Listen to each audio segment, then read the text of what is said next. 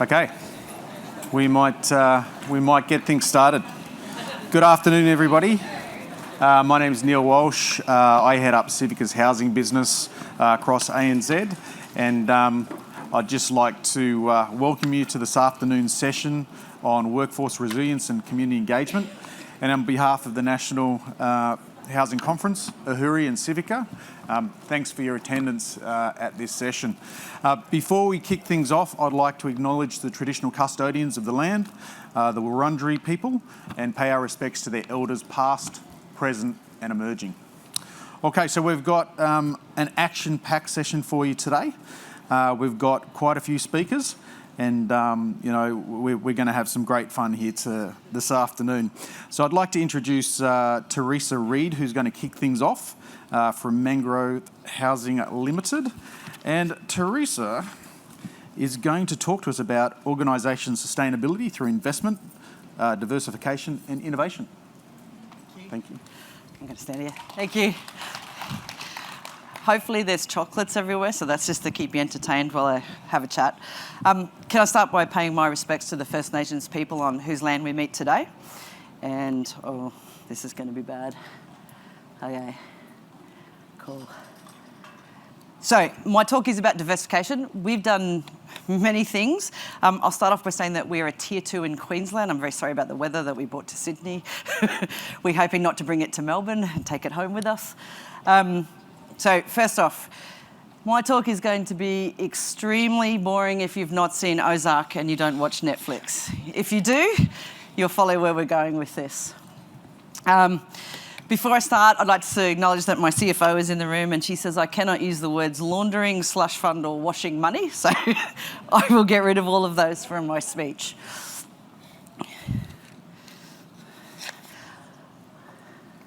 So, like I said, we're a tier 2, so something like 90% of our income comes from government, which made us with all our eggs in one basket, essentially.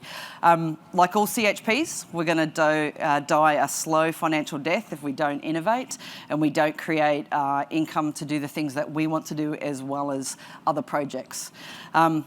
I was very, very frustrated when I joined the organisation in 2015 and it only took 6 months to find out that lots of our projects weren't going to get funded. So I started talking about ways that potentially we could earn our own income to fund those projects.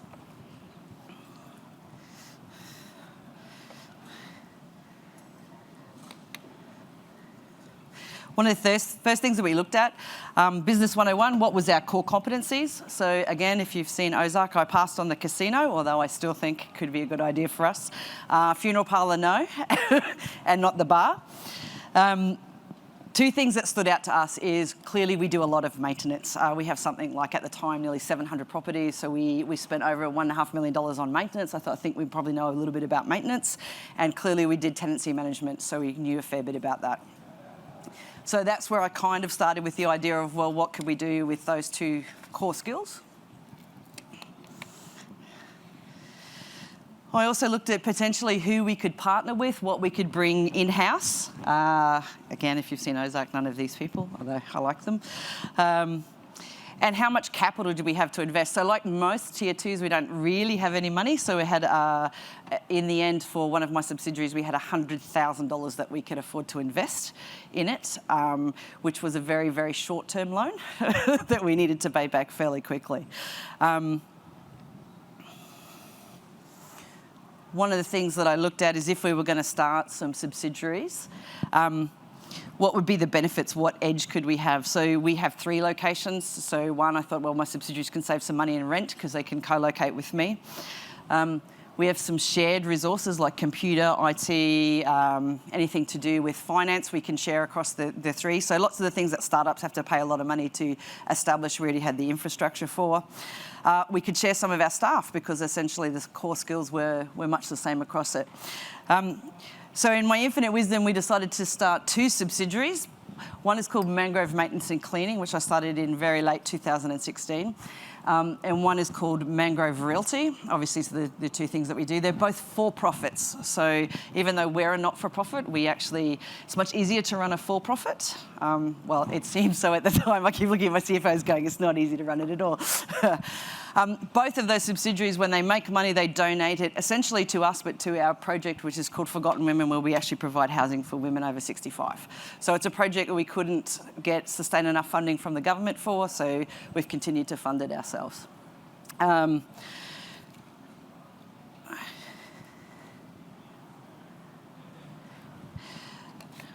I'll put that up while I talk about the good things. So Mangrove Maintenance and Cleaning sounds fantastic concept, and I discovered that we know less about maintenance than I thought that we did, and there's a lot more that we needed to learn. One of the things I will tell you is we missed making our first $1 million by $40,000 last year. So it's been a highly successful company to date, but it's had some real ups and downs. My Mangrove Realty launched itself in very late 2019, so then COVID hit. And if you remember, first bit of COVID is that nobody went anywhere or sold any houses or did anything. So it just turned over its first nearly 100 grand this year. So it's coming back from the first COVID hit. One of the things that I would suggest that we really need to make sure that we get right off the bat is your staff. So one of the things, I've just listed all the things that can go incredibly wrong, and one of the things that can go incredibly wrong is you can run out of money, and we've done that twice nearly. And trading insolvency is not a word I used, okay? So, but very close. So cash flow is extremely important. It's something that we had to watch, and much of that was about the staff that we employed and the way that we modelled all our costs, and that was a very important thing for us to do. And MMC, although it nearly made its first $1 million, is fantastic, but that was a long time coming with getting the costing right and the right people to run that company. In 2017, I think my maintenance company had one major customer, which was Mangrove Housing, so the not-for-profit. Now it is less than 30% of its income is generated from ourselves, and it's actually generated from the open market. So it was very much about establishing it, using us as the base to create the company, and then actually moving forward after that. Cool.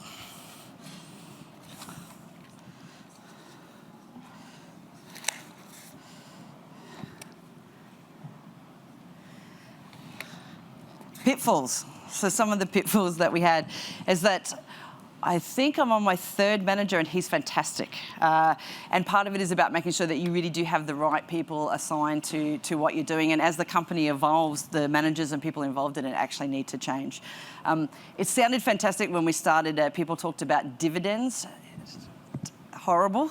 They're a horrible thing to do. Cost transfers and management costs are another great way to look at how to run that.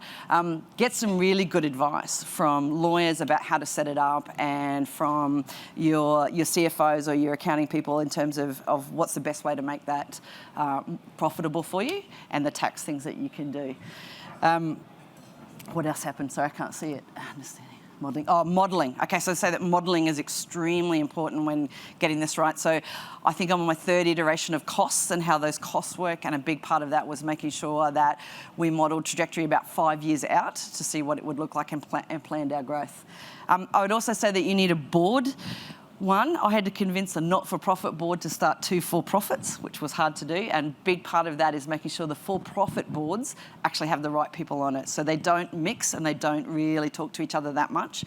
The not-for-profit acts as a shareholder and only gets a shareholder report. It has nothing really to do with the subsidiary companies, and that's good because they don't actually know anything about the subsidiary companies in terms of what to do. It's not their core expertise. You need to model everything, right down from prices to hours to light bulbs and the things that everything is going to cost you, because that's one of the things that one of the early mistakes we made in our maintenance company was not taking deposits and things like that. So there's a number of things that we learnt along the way.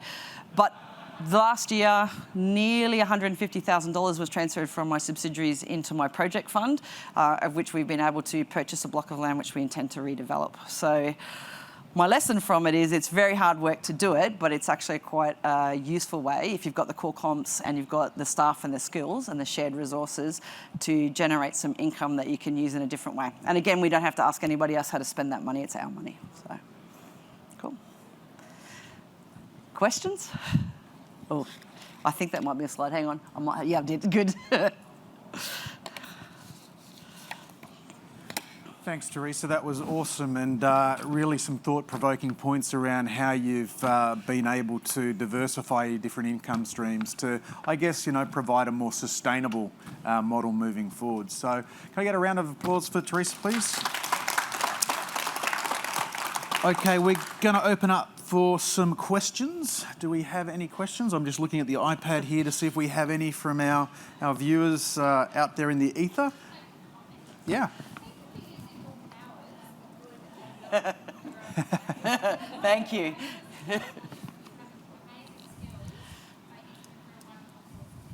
Thank you. I have a very nice board who let me do lots of good things, so I'm very lucky. Oh. Just going to say very much the same thing. It's quite. I'm just new into a community development role, and to have been thinking about social enterprise and things like that. Wow, you've blown that apart on a huge scale. So, yeah, thanks for the inspiration. Yep, and certainly there's many things with social, so the question was about social enterprise, and I think that's another line to go down as well, and there are many, many incentives to use that as well, and also hopefully this year we hope to start our first set of apprentices from our tenants, so effectively we should have tenants working in our organisations as well. Fingers crossed that works. Yeah.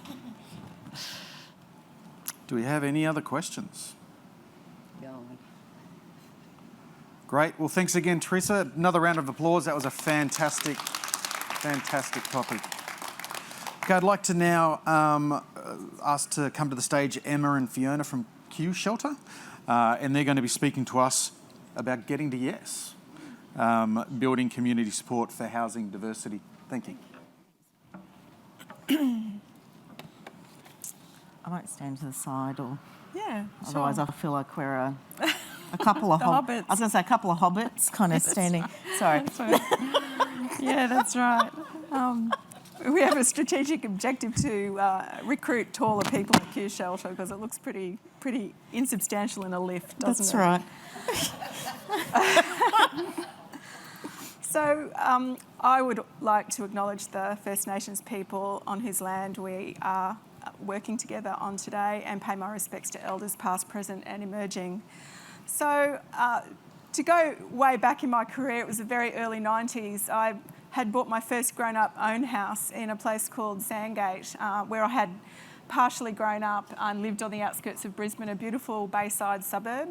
And I was very interested in community development, housing and homelessness, so I approached a local housing provider. At that time, it was called Cabbage Tree Housing. It's now part of the consortium that is Brick Housing in Brisbane. And I started to just volunteer as a student. I did a little housing needs assessment, a few other bits and pieces. And in that process, we started engaging with our funding body, the state government Department of Housing, to try to bring some housing developments to Sandgate. And it was the greatest shock to me that there was such organised community opposition to that. So in that little period of time, one block of land earmarked for public housing in Shorncliffe attracted 400 people on the site who formed a residents association whose entire purpose was to stop this form of housing emerging in the community, in that cluster of communities. And then it also led, when government changed, to an amazing block of land being sold off for a really small amount of money, but it was deemed far too nice a position, in terms of the siting of the land to allow anybody to kind of live there if they were on really low income. So that land was sold. So I watched all of this, and I was so young and early in my career, it absolutely shocked me. I just never expected that this kind of organised opposition would emerge. And it was highly organised. And from that point forward, there have been many, many examples of that kind of opposition emerging in my career. But there has also been extraordinary examples of the citizens of the various suburbs and regions and locations in which I've worked really supporting these solutions. But I could observe, we all have probably observed the extent to which our energy lifts up at the time when we're dealing with opposition, rather than all of that energy, resource and commitment and capability being poured into the prevention of those kinds of moments when the only people who are really organised around the issue are people who are saying these solutions shouldn't belong in these communities. So So there's plenty of examples in all of the Western world of organised opposition to social and affordable housing.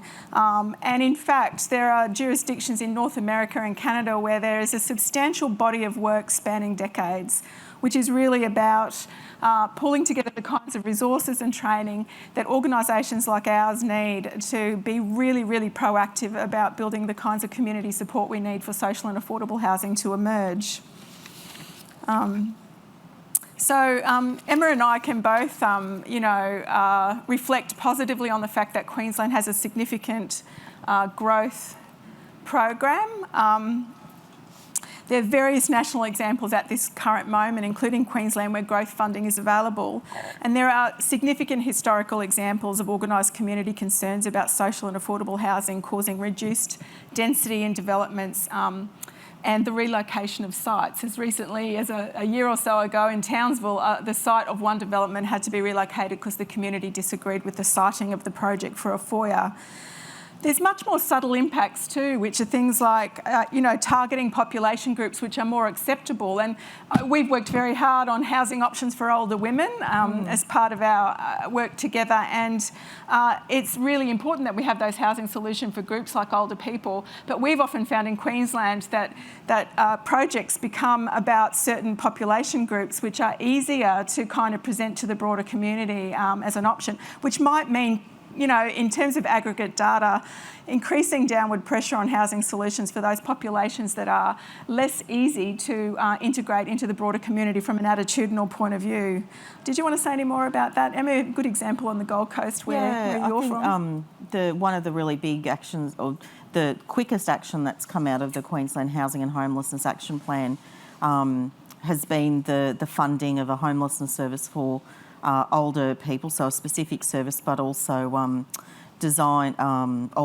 using government land to go forward and do some innovative design work for this cohort. But I think that's been easier because it's been acceptable and also reflecting, a long time ago, when I worked for the City of Gold Coast, and the Gold Coast Housing Company was looking at a project in Palm Beach. I mean, they were wanting to do something a little bit more innovative on the site that they were given, and the way that they needed to be able to sell that to the local councillor, who was not a fan of it, was to say, well, if we target this to older people, does that make it, more acceptable? But it didn't for this particular councillor. Yeah, so the conversation is a real conversation in so many contexts, and I remember that site myself very well. So that subtle targeting of population groups also places downward pressure. If there is scope for growth, and we are in Queensland at a point at which growth is the agenda, the policy and the investment supports it, then we need proactive preventative work on building community support. I followed somebody called Tim Iglesias for decades now, went to see him in San Francisco. He did decades of work as a lawyer to defend the right of companies, social housing developers, to develop in communities where the need existed. And he really lamented the lack of proactive prevention versus crisis management, where we put budgets into public relations rather than budgets into deep community development to find the connections which will eventually support these kinds of initiatives. I've got to say, and Emma has a lot of her career thinking about these issues too, the broader context of concern is often our resistance to density and the changing forms of housing as we try to cope with population needs as they stand. Smaller households, really expensive land. Like, how do we embrace a future where the built form is really quite different to what we've been used to in the past? And that getting to yes on diverse development is really important. There's a lot of unprecedented media on the affordability crisis, which is a real opportunity, I think, because it kind of mainstreams the housing challenge. So it's really just for us about saying that social and affordable housing developers create communities, and they have significant opportunities for innovation in design and to shape the fabric of community relationships that emerge from well-designed, diverse communities with supportive infrastructure. The interface between social and affordable housing developments and the broader community is such a rich canvas of opportunities we see social and community housing developers incorporate public space, beautiful gardens that people can access if they're from the general community, reimagined public facilities, all of these opportunities to kind of have the community in these developments making use of them, but we need to get to build the housing first, and then those kinds of innovations can help support more, I suppose, embedding of positive attitudes towards those developments. There are also great opportunities for local procurement, reciprocal opportunities for communities to pick up opportunities to supply content to the development of social and affordable housing, so the economic fabric of communities can be built around these construction projects. Do you want to talk a bit about what drives opposition? Yep, just take that with you though. Oh yeah, I was trying to take my earrings out. That's not right. That was the wrong way. So I think some of these wouldn't be a surprise in terms of, for us in the sector about what drives opposition. So there is the fear of negative impacts. So based on the people that live there, people not understanding, I guess, who lives there and thinking that, it's a cohort of people that, might be criminals and, drug users. But also to other people, there's concerns around what are the impacts related to probably increased density to do with, say, traffic and parking and those kinds of things. So took social proximity to the kinds of people that might be living in those developments. Building design, siting and density. Just last week we had a meeting with our CHPs, community housing providers in Queensland, about what are some of the issues that they're facing in terms of planning, and they come up against, issues to do with if they need to go and do a development, if they're doing a development that they would like to maybe do something a bit extra, which means it goes into impact assessment, which means it's public notification. They actually won't do that because they don't want to have to deal with the community component of it, because the risk that gives them, or the risk that means in terms of whether the project will even proceed, or the time cost, or any other additional sort of financial costs. Sort of related, I guess, to the NIMBY, you'll have the people that please don't build this, and then there's the others who will just, please don't build this, not here, not anywhere, just not ever. But I think there's some real concerns too about community consultation, and one of the things that we're seeing in Queensland is, whether people understand the planning system, really well, and what they feel they should be allowed to comment on. So I think there's, and whether things are real planning issues as well that they would like to be commenting on. So I think, not understanding the planning system and then feeling that, well, I don't get a say in this way, so I will go and contact my councillor and my state member and, really make an issue out of that. And as Fiona said, this is all underpinned by the broader conversation, that we're particularly having in Queensland. Also, in Brisbane, where they've just gone through and done a sort of unilateral banning of townhouse developments in some parts of Brisbane because of, issues around density, height, and design. Some of that's come back to probably the poor delivery of developments previously, which has created an interesting debate between the developers and council as to whose fault that is. One builds it, but one approves it. And then, lastly, coming back to really, I think, about the people who live in that development, it's really, I think, what sits in underneath that about how people feel and judge and other the kinds of people that, really need access to social and affordable housing. And that's right, and sometimes the articulated concerns about traffic are not really the concerns, so you'll be dealing with a whole lot of issues that cloud the real issue.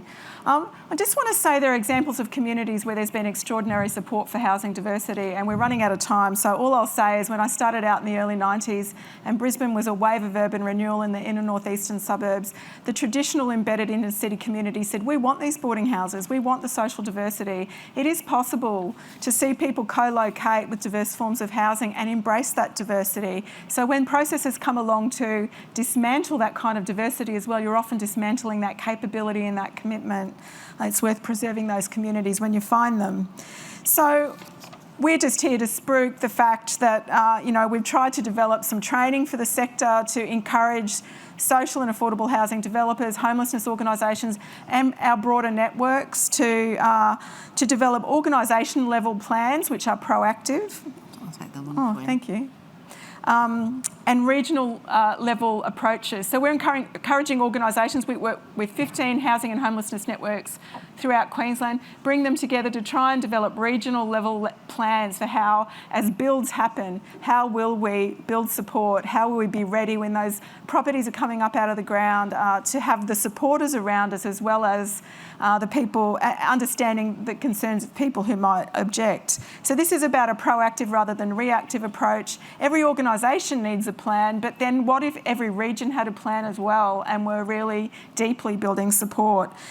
It's based on listening to all interests, and Tim Iglesias deeply impacted me because he's demonstrated such a deep concern for the worries of the people who were trying to oppose these kinds of development. So it's to the heart of dialogue, which is so much a part of community development. And these skills, we have these skills in our sector. We have to not be, working on an us and them scenario, even when it comes to people that we don't understand ourselves very well.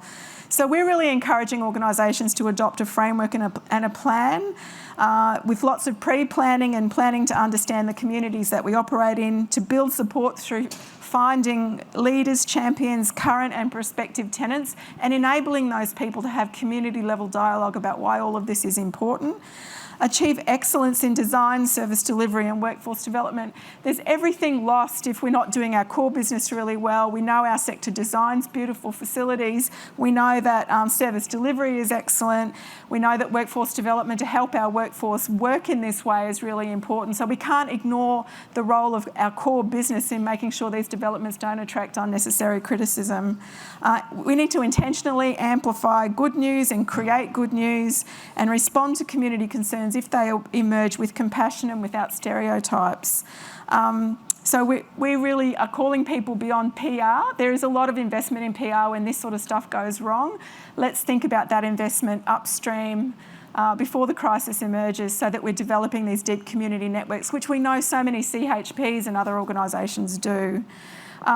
Probably leave it there. There's many examples in Brisbane, and probably one of the best ones is Communify, that through community money brought a community coffee cart into their front yard.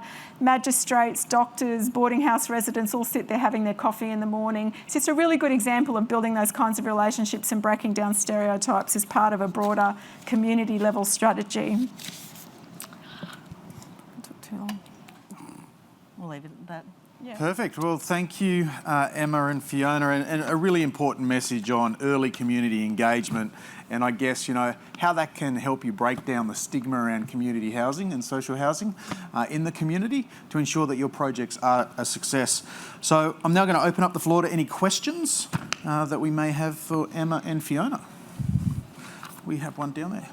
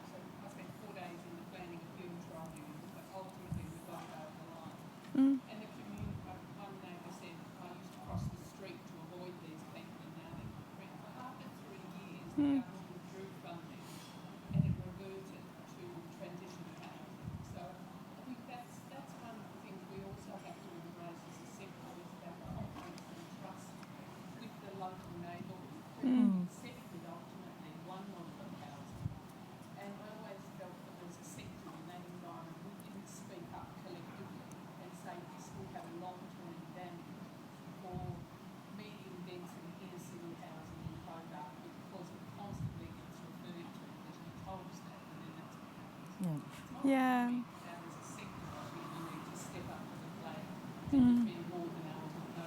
Yeah, and it's a wonderful example of when you built trust, not breaking that trust, you know. And I think it's a bit like the dismantling of inner city communities in Brisbane.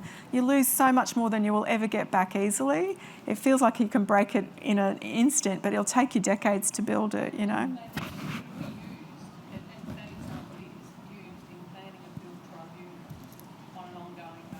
Yeah. Oh, thank you. Any other questions? Can I just say Emma's the new CEO of National Shelter, so I hope you all get to meet her. I think there's a question up there, but we don't have time.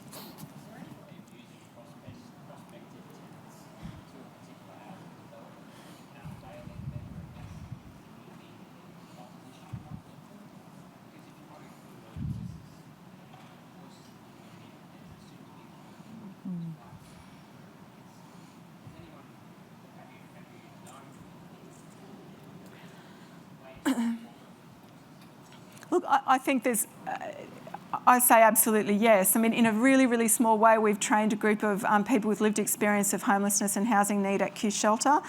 They call themselves Neighbourly, and we intend to expand that to other regions, providing people with lived experience with the support that they need to meaningfully impact community education and the dialogue you want to have in those moments.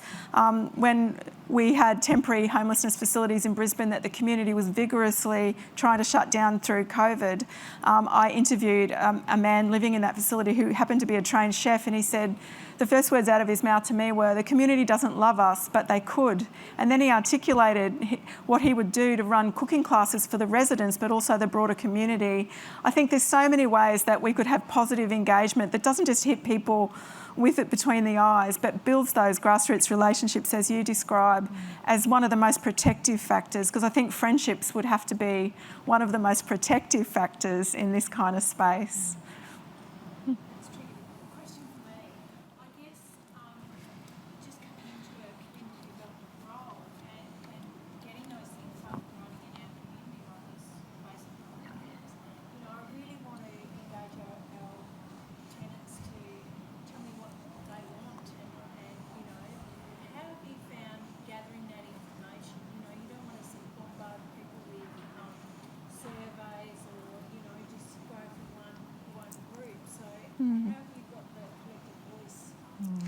Look, I'm going to reach deep back into my history. I come from community development in neighbourhood centres, and New Farm Neighbourhood Centre was under siege from urban redevelopment. So we wanted to understand what people needed and wanted. So we trained a group of peer leaders who themselves had lived experience. We gave them the skills to go out and have this dialogue, and they brought all that information back.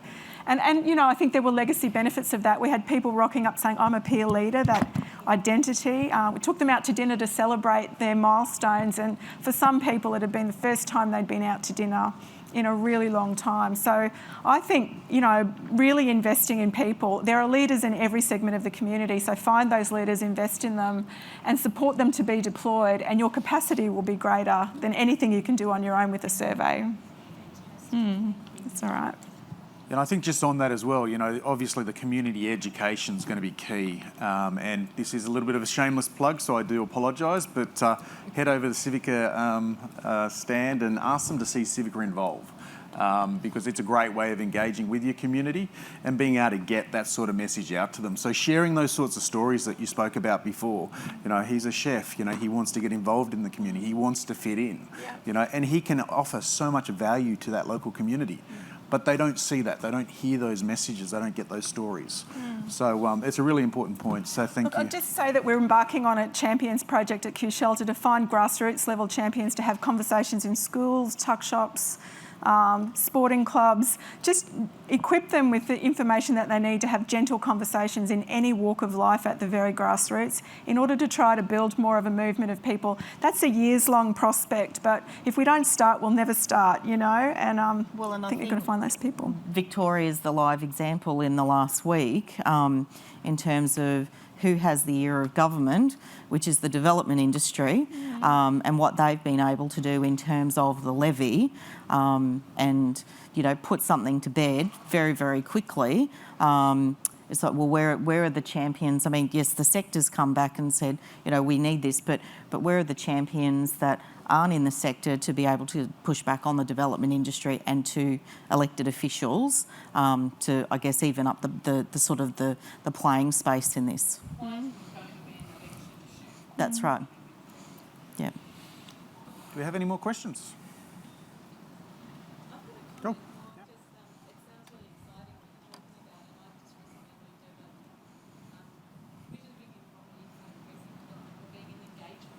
And there's so much stuff happening there that's really simple to talk about. There's lots of consultants and firms out there doing engagement. And I'd encourage you to get in touch because there's so many good stories in this. Projects I've been involved in, sessions where people meet and they know the exact and also outreach, so before the engagement, before consultation with them, they get lots of groups on board, the counsellors know about the engagement strategy, they know the organisations that are supporting it, the schools, the principals are on board, and they've got, once the kind of formal engagement happens for development, there's schools where teachers are delivering sessions that are, the engagement, the data, including the report. So I just encourage you to look up. Yep. I think that's right. And, it's like, the private sector has done an awful lot to encourage positive relationships. And I think the whole sector of engagements moved beyond being able to technically produce capable engagement activities, good workshops and all the rest of it, to understanding what the legacy benefit can be from every time you bring people together. It doesn't just have to be getting through, ticking your boxes. It can be, do those people knock on each other's door, if the chips are down, and ask for something because they need help at a time? That's the kind of legacy benefit you want from deep relationships through dialogue. It's good to hear that. Thank you. Any other questions? Thanks for the opportunity, everyone. Thanks. We could have a round of applause, please, for Emma and Fiona. Okay, I'd now like to invite Grace from New South Wales Department of Communities and Justice to this stage. And Grace is going to be talking to us around change, change and change again. The New South Wales Housing Contact Centre thriving through a year of change. Thanks, Grace. Well, hello. What a time to be alive. So every day recently, I guess over the last 3 years, I've been reminding myself in some way what we're doing, we're making history. We're innovating new ways of doing things and throwing out the manual while simultaneously creating a new one. And so is the reality of the New South Wales Department of Communities and Justice Housing Contact Centre, HCC for short. So we're the state's one-stop shop for social housing tenants, clients, and members of the general public. Our centre operates 24 hours a day, 7 days a week, 365 days a year. The calls received by the HCC span from people making general inquiries, letting us know about tenancy matters, to clients in high-risk situations. The call centre was established in 1999 with approximately 15 staff. Over the last 22 years, our humble centre has grown from its sole goal of helping clients access housing assistance to supporting multiple business partners and other government agencies in the delivery of services to some of the most vulnerable members of society. To give you some understanding about what we do and the scope of our centre, the HCC employs approximately 400 staff. We complete over 1.1 million transactions per year, and we assess all social housing applications statewide. We process all Rent Start applications, so a product aimed to help clients in the private rental market by providing them with an interest-free bond loan. The HCC takes all calls made to Link to Homeline. It's a statewide homelessness telephone referral service. And we have a dedicated homeless line for veterans and ex-service men and women, aimed at linking them with appropriate veteran services. In partnership with Resilience New South Wales, we organise all disaster welfare accommodation across the state. This includes a dedicated phone line open to all WellFac officers. We manage the department's complaints and feedback unit.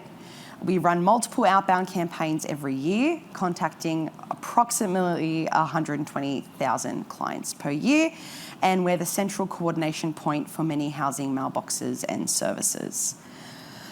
The last few years have brought us times of never-ending crisis. So September 2019 marked the beginning of a bushfire season that would devastate New South Wales. The Black Summer bushfires ravaged the state until March 2020, burning through bushland and residential towns, leaving thousands of people stranded. We had in the weeks before, so August 2019, agreed to take on the role of providing accommodation for New South Wales residents who were evacuated due to a disaster.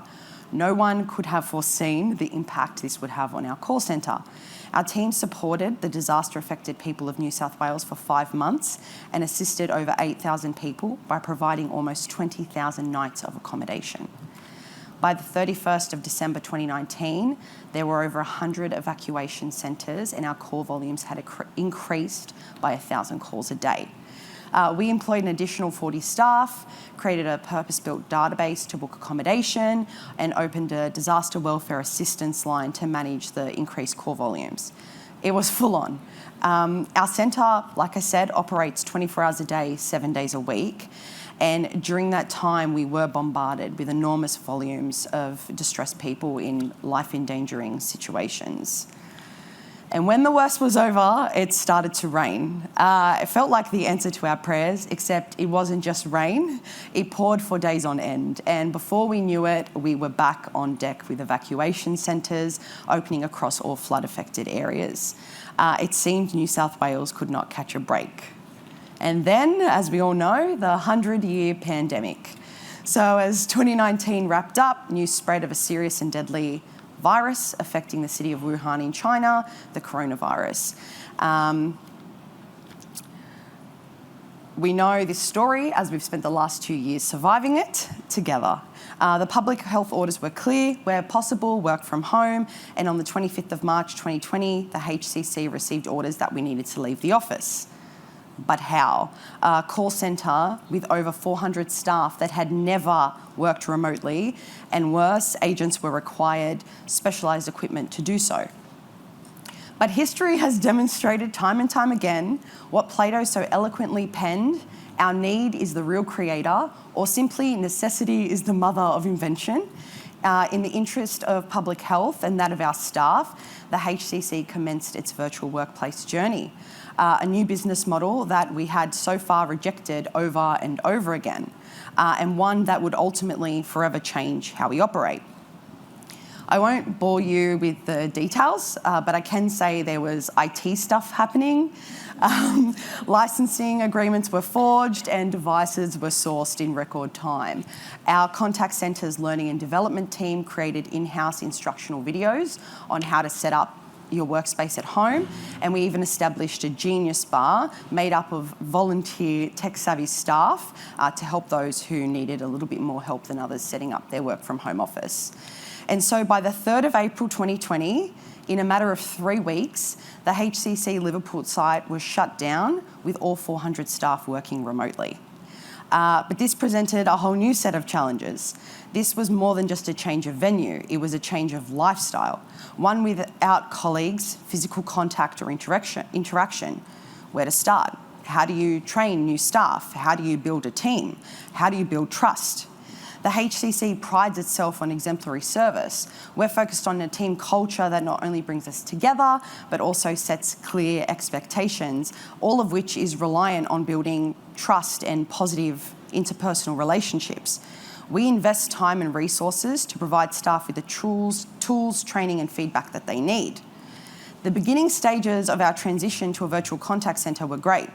Staff were excited to gain their commute time, spend the day in loungewear and experience all of the benefits of working from home.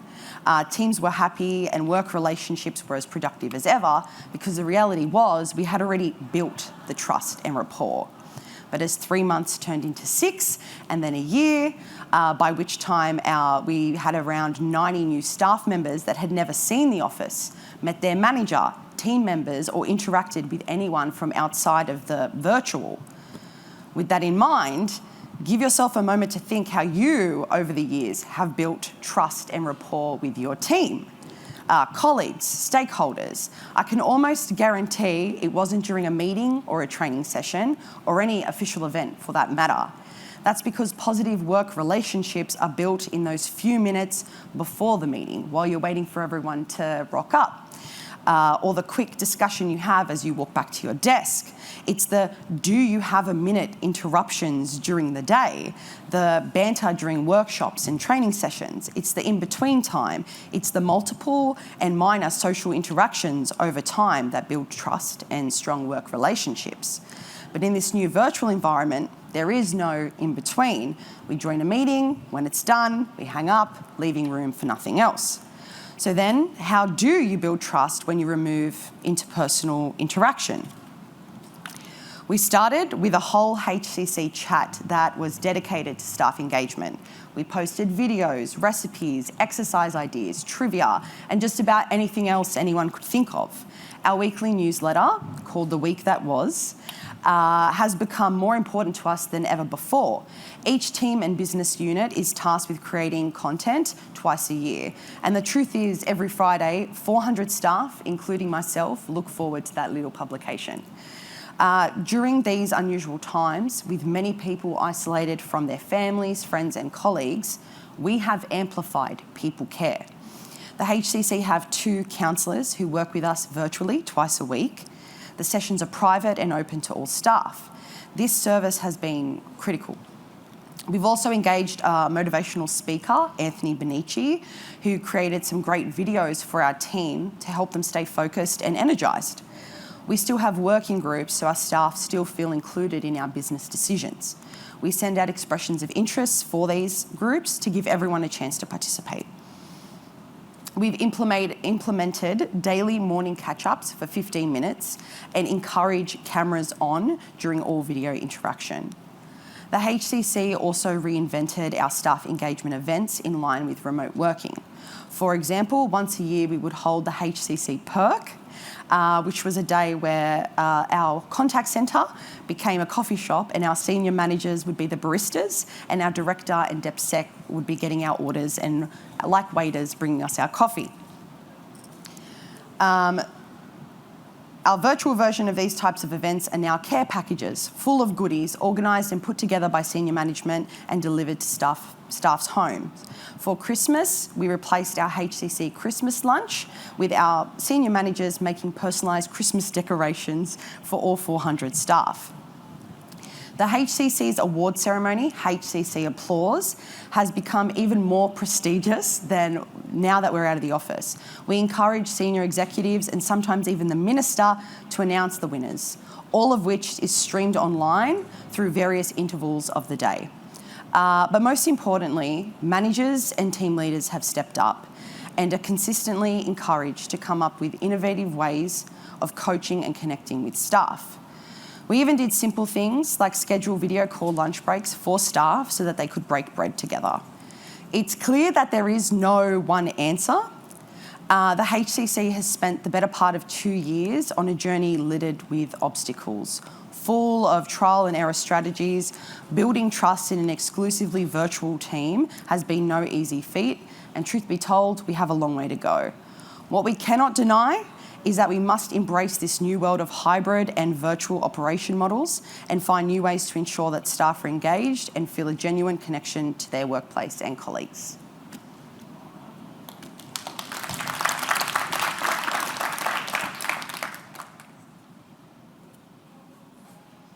Get past this speaker so I don't make a horrible noise. Thanks, Grace. That was really great. And thanks for sharing, I guess, the role and evolution of the HCC, especially as you had to deal with challenges on an ongoing basis. And I guess, but, you know, where you are today, the resilience that your organisation now has will mean you're well placed to deal with those challenges moving forward that you don't even know about. So, we're experiencing them right now, and you know, we're like a little family, and we work it out and we make things happen. Perfect. No, that sounds great. Now I'm going to open the floor to any questions for Grace. Do we have any online? Nope. No questions? Comments? Suggestions? Anything? Nope. Are you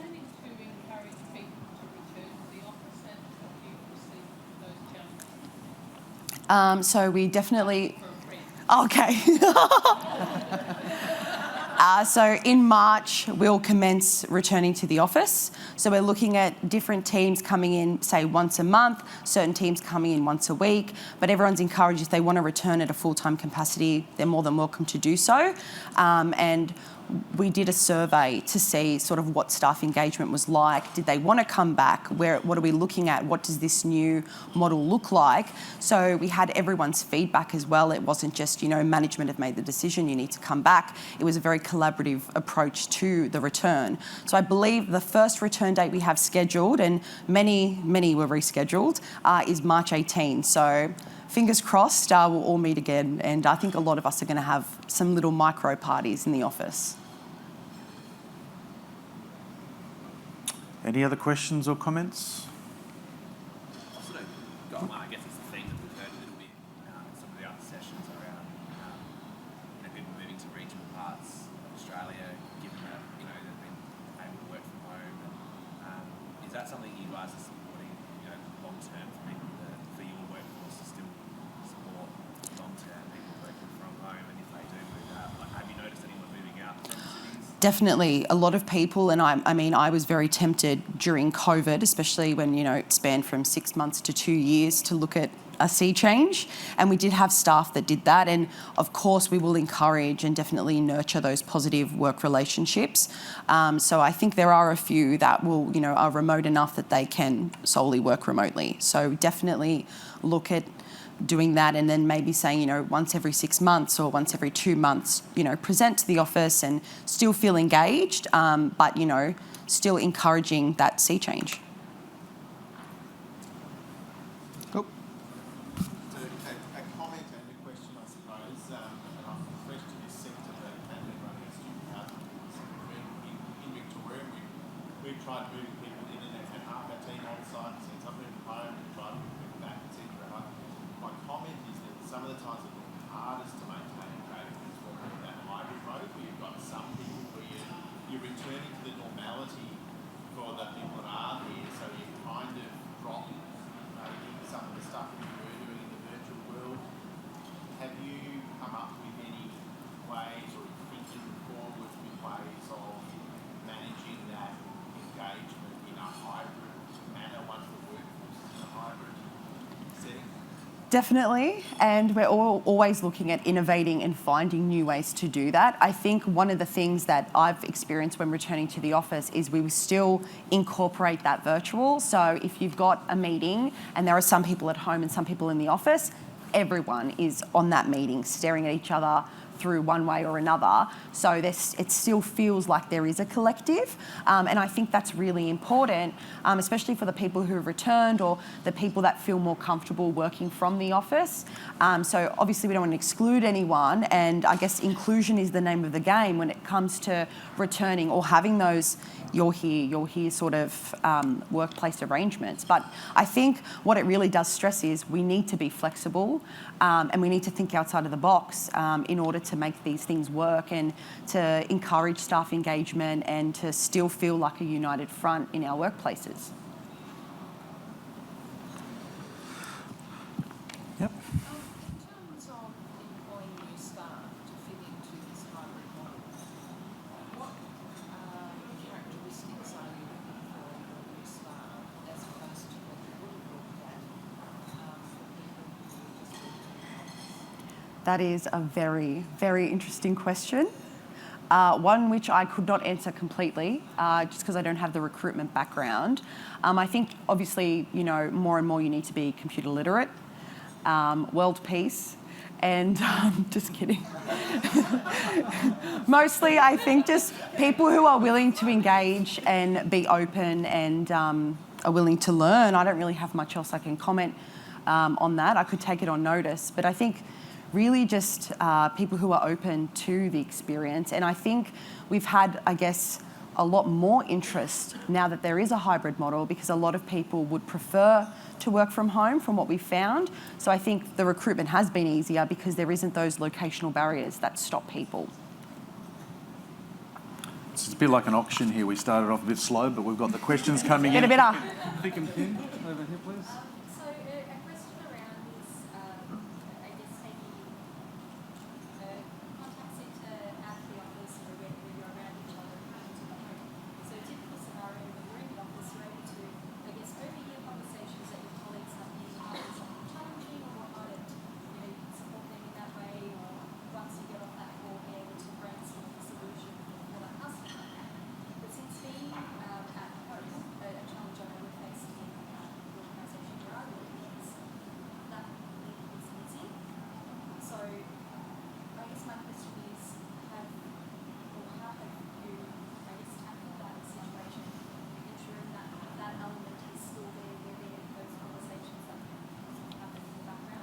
and there is that support as well. What I've found works really well with my team is, and most of the teams, is every team you work in, there's a group. And you will be on that chat all day, regardless of what's happening, what meetings you have. And I guess it's almost like, if per se, like that is your pod. And so you can just quickly type or say, can anyone give me a quick call? And that's been really helpful, because we'll even have conversations like going to lunch, what are you having? Just things like that that keep the banter going. The other thing is we have 2 different escalation points. So if you're in a high crisis situation where you really need to get someone on the phone, we've got one where it's more, I guess, service level based, if you have a question about a process or a procedure. And then we have one where it's more, I need out of guidelines in order to help this person, or, I've consulted the policy, what do you think I should do next? So we just make sure that the channels of communication are always open.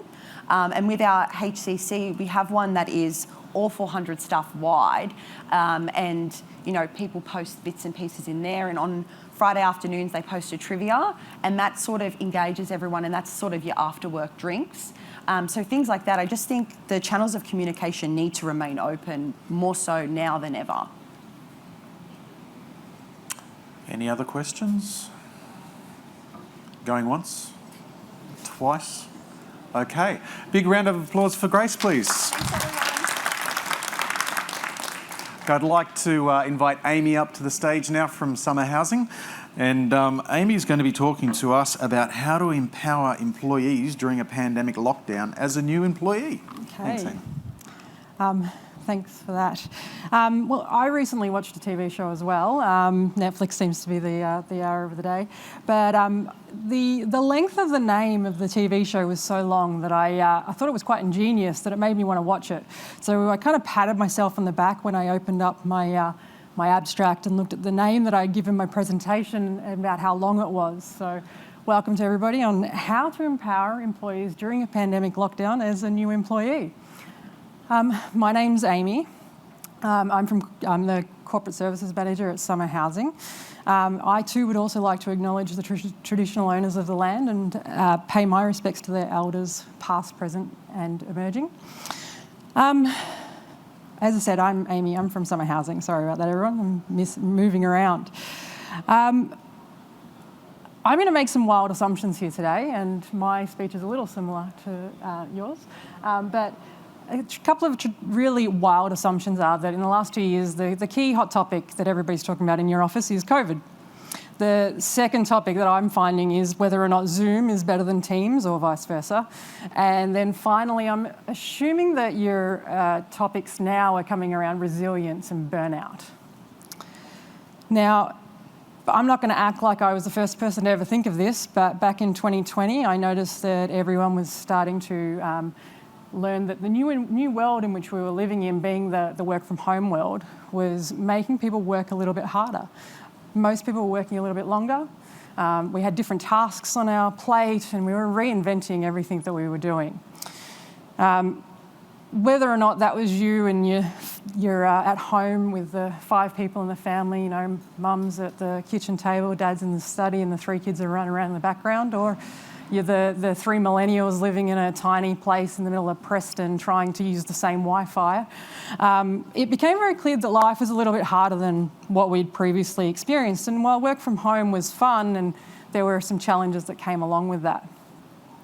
So fast forward a year, and by Christmas of 2020, everybody was getting a little bit excited, but also a little bit terrified and daunted about the idea of catching public transport and returning to the office. I was a little bit more excited about returning to the office, which there's some old colleagues here in the room which probably find this funny, but I was very excited to return, so I found an organisation that I could actually go to the office for and join Summer Housing. So now for the plug. Summer Housing is a specialist disability accommodation provider. We design and develop luxury apartments in your regular apartment block. You'll see them all throughout the city. We provide high physical support and fully accessible need apartments to individuals. Our vision is that all people with a disability and complex care needs have the opportunity to live in high quality housing that enables them to live as independently as possible, enhancing their health, their well-being and participation in the community. You know, like our kitchens move and our toilets move, and we do everything with AT that we can possibly do. Back in 2020, I was joining the company. I actually had my interview in person back then, which was a bit of a surprise. But at the time, I didn't really get to see a lot of my old colleagues as I left my other organisation until actually yesterday when I ran into a whole heap of them. But what excuse me, sorry.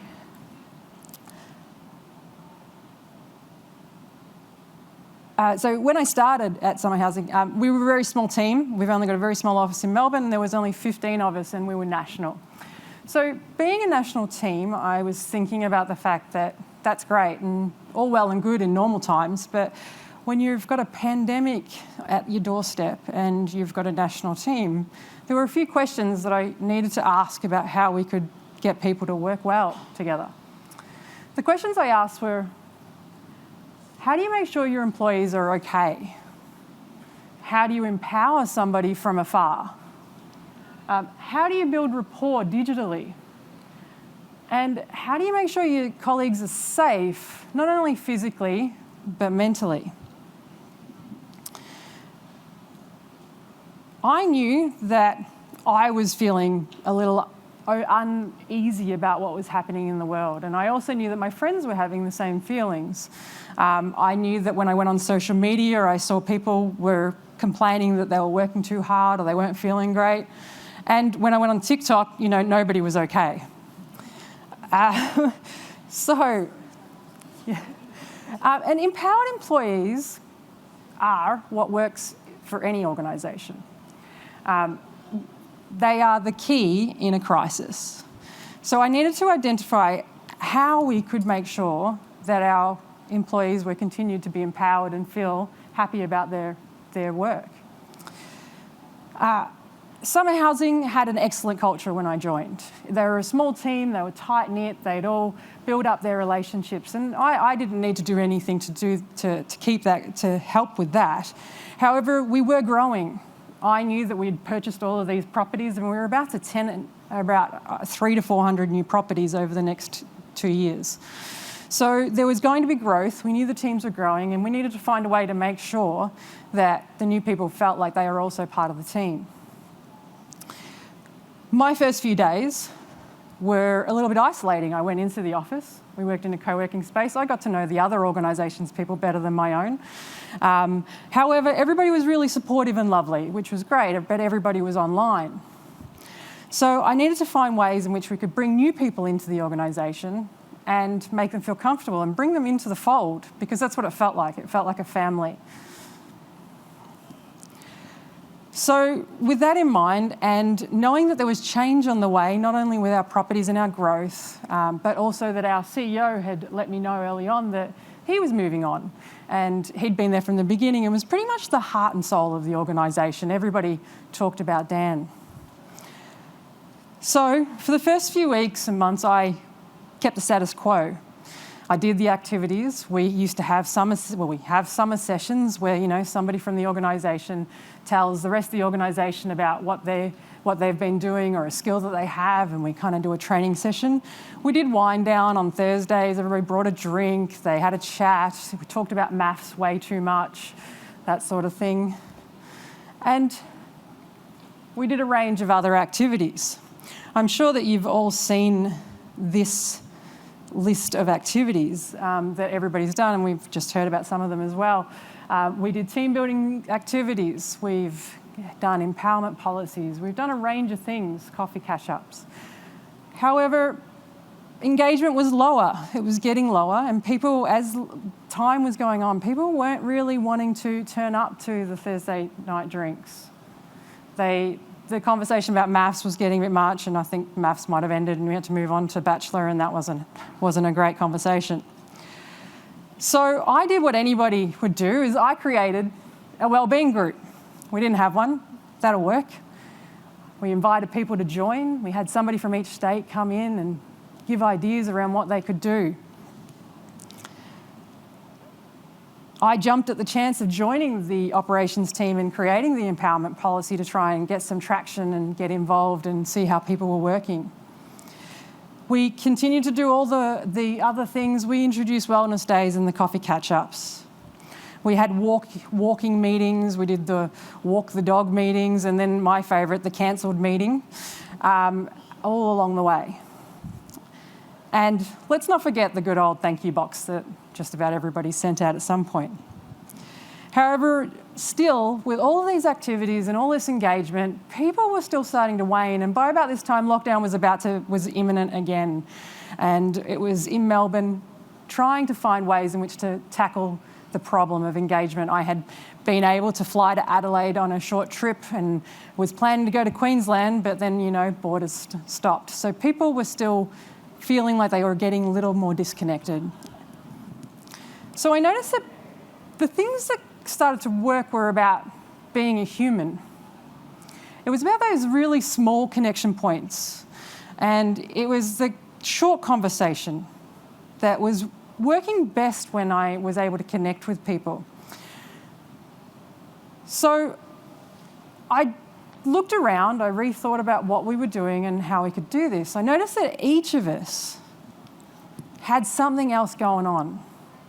I also know that each of us were not 100%, and each of us were experiencing a trauma on a daily basis. Now, I'm not talking trauma as in, the war hero that's come home and has PTSD. I'm talking about the daily trauma that we all went through and we still continue to, is watching the news at 7 o'clock.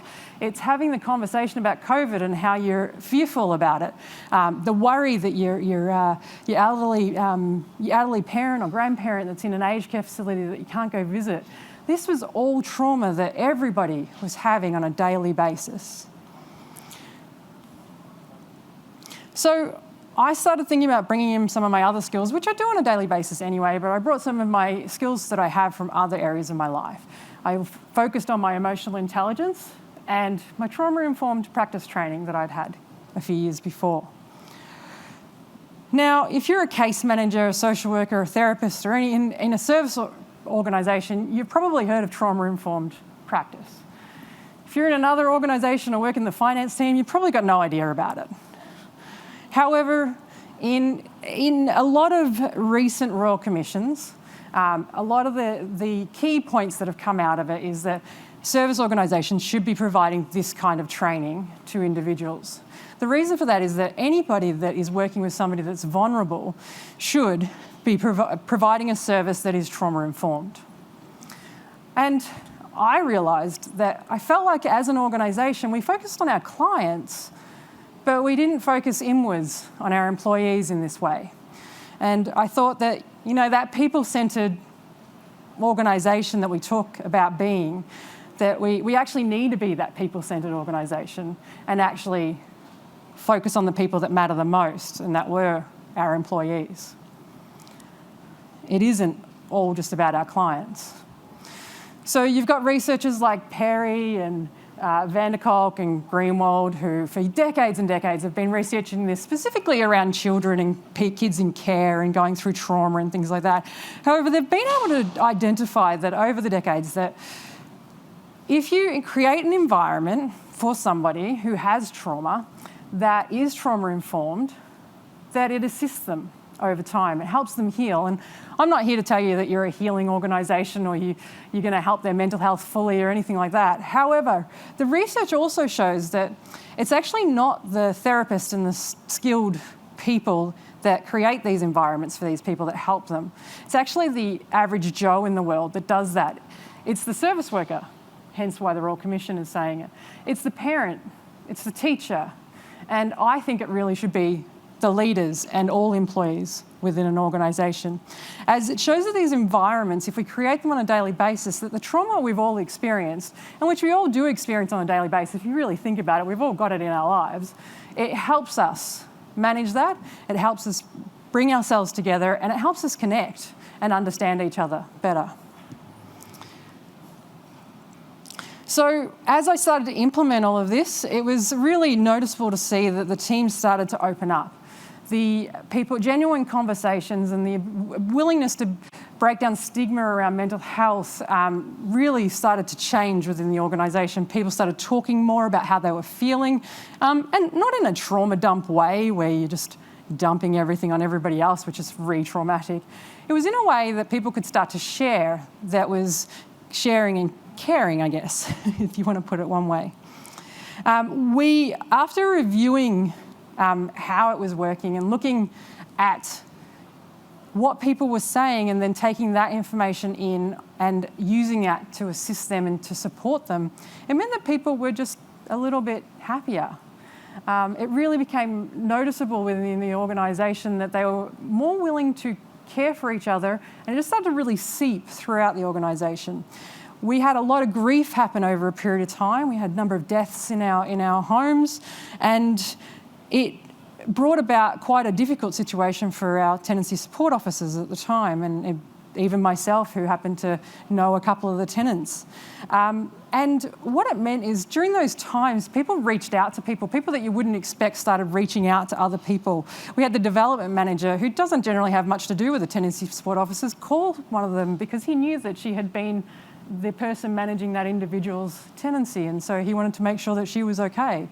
And it was just a really casual conversation, but the fact that they were able and felt comfortable to do that with each other was really changing how they worked together. The wellbeing group started calling me saying, hey, can we do this, can we do that? And it was all around that genuine connection. Now, you're not going to learn how to be trauma-informed from me today. I'm definitely not expert in this in any way, shape or form, and my level of experience is basic. However, the basic knowledge I have has shown that if you implement a few of those tools within an organisation, that it actually just trickles down and everybody is able to feel more comfortable and willing to talk and be more productive from that. So what you will get from me today is a couple of tips and tricks. Sorry, I missed a slide. But you'll get a couple of tips and tricks about what I did and how I went about it. So the first thing I did was educate myself as best I could. I didn't go do a 3-year master's degree or anything like that. However, I did go do some reading. I made sure I understood some basic language and I understood how to put sentence structures together and not minimise people's conversations. I didn't negate what they were feeling. I acknowledged it. I didn't hide from it when they called me to tell me something that was really important to them. I explained to them that must be just really difficult for them and what can I do to support you? And it was as simple as that. I empowered the team to educate themselves and get an understanding of how to support themselves. We had one team member who lived in WA and felt like they didn't need to take a wellness day because, they hadn't been in lockdown and everybody else had been. I was able to have a discussion with her around vicarious trauma. It was very casual and quick. I just reminded her that, hey, you're in the meetings, you're having the conversations and you're watching the news and it's the same. And you need to look after yourself and a wellness day is well deserved by yourself. I told everybody about EAP, of course. Everybody's got EAP, and there's a huge amount of stigma with EAP, I find, in any organisation. People don't like to use it. They feel like something's not quite right there, whether the organisation knows about what they're saying, or they just feel like they don't need it. So what I did is I told the whole team, I said, hey, I'm going to go to EAP this week. I've never been. I'm going to give it a go, and I'm going to come back and report to you guys on how it went. I did that the next week when we did our all team, told them it went quite well. Had a nice chat, got some really good tools and resources, and I'm going to go back next week. People started to go and started to talk about it. I got 3 or 4 people asked me for how to get in contact with them at that point in time. However, the biggest thing I think that we did as an organisation was reduce the stigma around mental health and talking about it, and change the way in which we all talked to each other about it. We didn't just flippantly go, oh, it's just because of COVID, or, oh, you'll be fine. We started just going, hey, that must be hard. Are you okay? And it was those sorts of conversations that then opened up other conversations to allow people to feel comfortable with each other. And finally, I had a willingness just to get it wrong. I recently, the other day, I had one of my employees said, hey, at the end of a meeting, how are you doing? And it was a genuine question. And at the time, I just went, oh, yeah, I'm fine. I was having a bad day. And I thought about it a few hours later and went, she actually was asking me how I was, and I just fobbed her off. And that's a little bit not cool. So I sent her a text and just said, hey, thanks for asking about how I was. I'm actually having a bit of a hard day, a few things going on personally, but I really appreciate you asking, so thanks. And she was like, no problems, just hope you're okay, let me know if you need a chat, happy to have a vent or a laugh, whatever. We don't have a huge relationship. She lives in Sydney and I've only ever met her once in person for about 20 minutes. Yet I probably had more connection with her than I have had with some of my best friends over the last few years, just because we've created this environment where we feel comfortable to talk to each other about what we're feeling. So overall, the smaller things I have found have been the best in order to work with our team and get them to feel comfortable with their conversations around mental health. It wasn't anything major that we changed, just a few language pieces and a few pieces of training that we rolled out, including we're about to roll out EFT training, which is tapping. If anybody knows, one of our employees said, hey, it helped me and my child. We could give it a go. So we did a research and we're going to bring that in as a tool. We've also had people trained in trauma-informed practice. However, during this challenging time and us implementing all these key strategies, what it has been able to do is maintain enthusiasm. People turn up to things now. People are still really enthusiastic about their role. We just had somebody, unfortunately, resign, but was crying because she loved us so much. It just so happens that she lives in WA and she doesn't have a team and it's a little bit isolating for her. So an area in which we need to work on. However, she loves the team so much that it was really clear that it was a difficult decision for her. So we've been able to maintain enthusiasm, build on our connectiveness, and enhance on our well-being. We continue to grow as an organisation. We've gone from 15 to 30 now. We are still all national. I've met a handful more people in person, which is fantastic. But overall, as a team, we're maturing into a team that's more emotionally connected and productive. I actually can't wait to see all organisations bring trauma-informed practice as a key leadership capability. I think that the quicker we do that, the more engaged as a workplace we will be. And now they say that a call to action at the end of a speech in any situation is always a good thing. So I'm going to do that to you and say, what will you change in your organisation to be more trauma-informed? Thanks.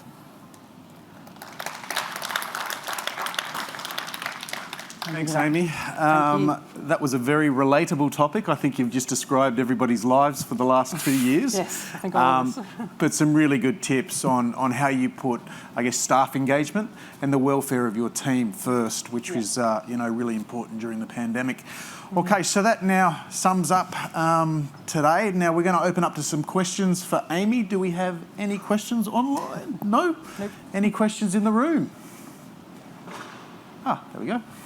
Hi. That was great. It was really great to listen to because one of the things I'd like to see how we progress, how we get people back into the office. Yes, yeah. And what kind of strategies do we need to start looking at because they've all adapted to home and we've done all these activities. Again, I think it was really interesting how you said the interest waned and I have to say that's happened with my team. But getting them back into the office is also proving a little bit difficult and that people are a bit scared. Don't want to come in. Yeah, it's true. And we've literally just made the decision to do our first all-team in person come in March. We did our Christmas online. We didn't follow suit with everybody else. We made a call on that one and did it all online instead of bringing everybody to Melbourne. So we're having our first all-team in March, in the next couple of weeks. We had a couple of people, we said it wasn't mandatory. We kept it open to people to make their own choices, whether they live in Melbourne or not. And we have said that we encourage people to come if they feel comfortable, but if they don't, that's their choice and we're okay with that. I had a couple of people send me some really long emails about how they felt really uncomfortable and their kids weren't vaccinated and they lived in other places. And I called them and said, hey, that's great. That's no problem at all. Don't worry about it. Like we're doing a hybrid as well. We're going to be online and I'm not going to force you to do anything that you feel uncomfortable doing. that has turned around to 2 of those people coming now. They've decided that they're actually a bit more comfortable with COVID. They're in other states like South Australia that haven't actually previously had to deal with it, and they're now getting a bit more comfortable with it. So they're going to come now. So we've had people that are making their own choices and deciding to come in. Our office has been open the whole time in Melbourne, and we've probably had 1 or 2 people in every week, no matter what. We're a disability org, so we were essential, so we had the ability. But at the same time, we work in a co-working space. And so we work with a whole heap of other organisations, and most of them weren't there at the time, but we still had people coming in because they felt like the office was a good spot for them on certain days, and sometimes they just had to. And since we've reopened the office kind of officially this week, we've had people jumping at coming in to see their team. And so while I have experienced the opposite at other organisations, I think by allowing people to make their own choices to a certain degree, and encouraging and pointing out the positives of being there, rather than forcing or making it mandatory, I think everybody is feeling that like they want to be connected. You've got to maybe the 1 or 2 people that don't want to come at all, and that's because they're just really scared. Like they're just scared of coming in. They're actually not leaving their house very often. They're not going out to restaurants. They're not doing stuff with their family. They're just staying at home. Where there are other people that are out and about living. So I think it's that balance, and I think over time, over the next few months, if we are continuing to stay stable and we don't go into lockdowns and everything else, that I think people will change their minds. They'll want to come into the office 1 or 2 days a week. They'll find it fun. They'll see the positives of going in, and they go, oh, actually, I went in and I got all this work done and I got to chat with blah, and I had a really nice day, and I got away from my kids, and all that stuff. So I think over time it will just eventually balance, but I personally am all for a hybrid environment as well. I think that it's really clear across the world that we need a change in how we do our workforces, and hybrid is the way to go for a whole numerous number of reasons. So I'm about giving the autonomy, and it is working for us. And I would believe it's because of the other things that we've implemented. Yeah. Okay, do we have any more questions?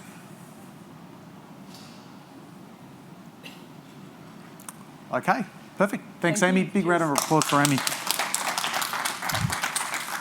Okay, so that concludes today's think tank session. We do have another one starting in about 30 minutes, so hopefully I'll see you all back for that one.